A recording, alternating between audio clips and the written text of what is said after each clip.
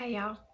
So something that you can do that's actually very fun is you can go to thrift stores, see what they have there, and then take it home and tear it down and start over, make something new. I'll give you an example. I was given something. The bracelet's actually not that bad. So you can see, you know, that's a nice looking bracelet. I don't think there's anything wrong with that. I actually do like that. But the necklace is where it all goes wrong.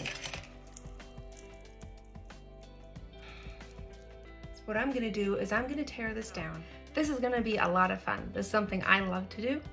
And you never know, your aunties, your grandmother, your mom, they might have pieces lying around anymore, don't care about, doesn't have any sentimental value. And so they wouldn't mind if you broke it down into pieces and put it back together into something that you might want to wear or give to someone else. I think this is recreating and not wasting.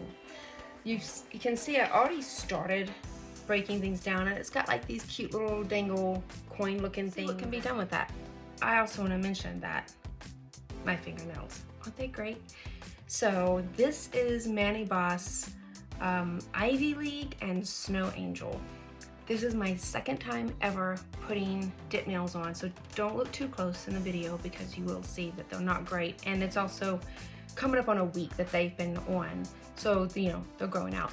But a week, you guys, a week.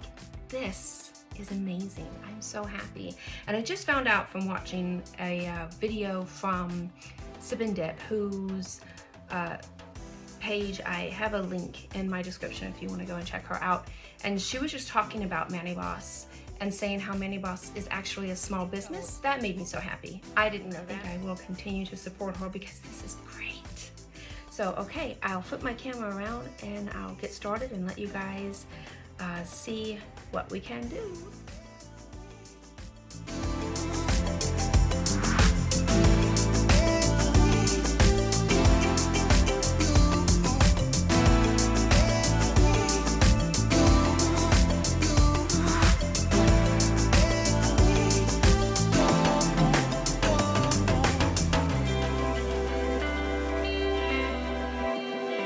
Materials that I have and work with are sterling silver or copper. So I'm keeping all of these little jump rings because I don't want to put a sterling silver jump ring on whatever I end up making and then having that one ring tarnish if it's kept in a drawer for too long, and all the other ones look the same. So that's why I'm carefully breaking this down and keeping every single one of these little rings.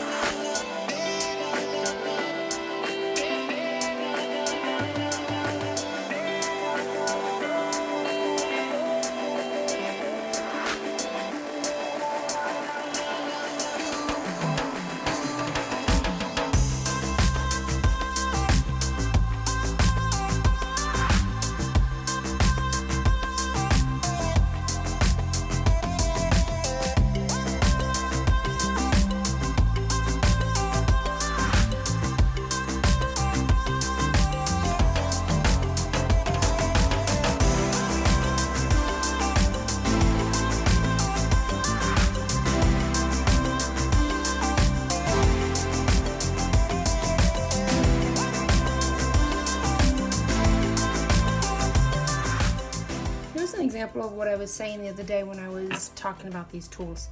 You notice I was holding this tool like this, and I'm putting this pointed edge right here right up against the joint and manipulating the ring open and close. But this is an angled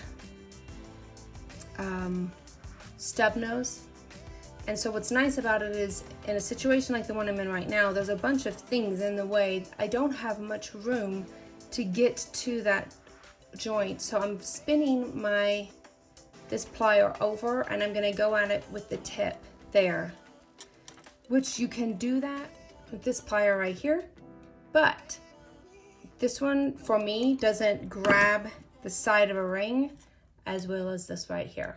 So that's why I like this one better, because I feel like I have more control to get into tighter places.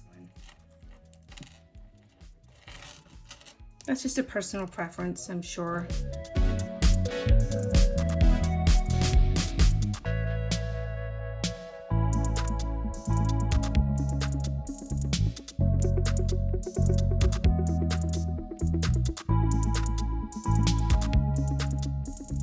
Some people are just so talented on here. I personally love to watch tutorials of other artists, and just watching how they handle their tools is amazing. For instance, I enjoy is Aussie Mel. She is listed in my list of YouTubers I like. You can find her there if you want to go check her out. I highly recommend it. What I've loved about watching her is she never put her pliers down. Go and watch, you'll just be amazed. The woman never puts her pliers down. She just keeps them in her hand, and it just doesn't matter. She just picks up other rings and all kinds of things. And I used to think, my goodness, how is she doing that? Because when I started, I was constantly putting it down, picking up a piece, picking them up. I have finally gotten to the point where I mostly keep my pliers in my hand. Not to the extent that she does, but it makes me very happy to be improving, and that is important to remember. No matter how you're doing right now, you're going to get better if you just keep at it. If you don't give up, you will get better.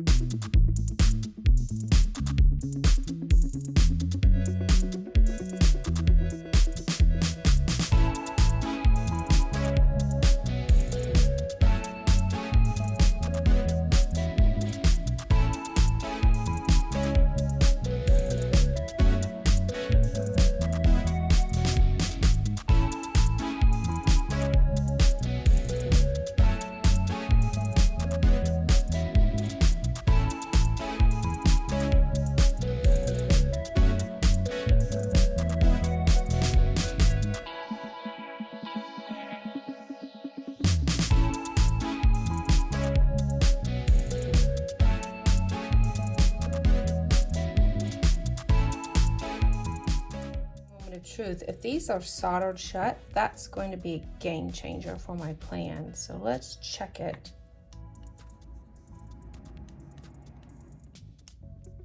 And they are open. Jewelry that you think you want to, you want to try doing something like this, doing a little project where you break something down and rebuild it. That's something to watch for. When you look at the rings, try to make sure that they're maneuverable.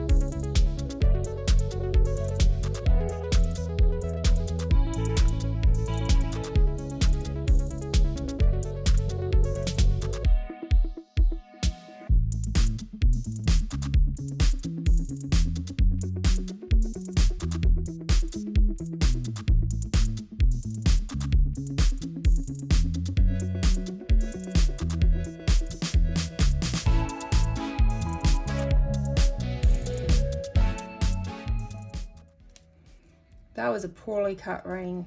Do you see how this ring, if I can get, there we go. See how it's pointed on the end there? Can you make that out? That's gonna keep it, oh, sorry guys. That's gonna keep it from closing. See, it's cut flush on one side and it's slanted on the other. If you're making it to sell it to someone, you don't wanna use a ring like that. That's not a good ring. It's not gonna close up properly. If you were to try to solder that, you're gonna have a gap, so you're not even gonna be able to solder that shut. That joint's just, it's never gonna be a good joint.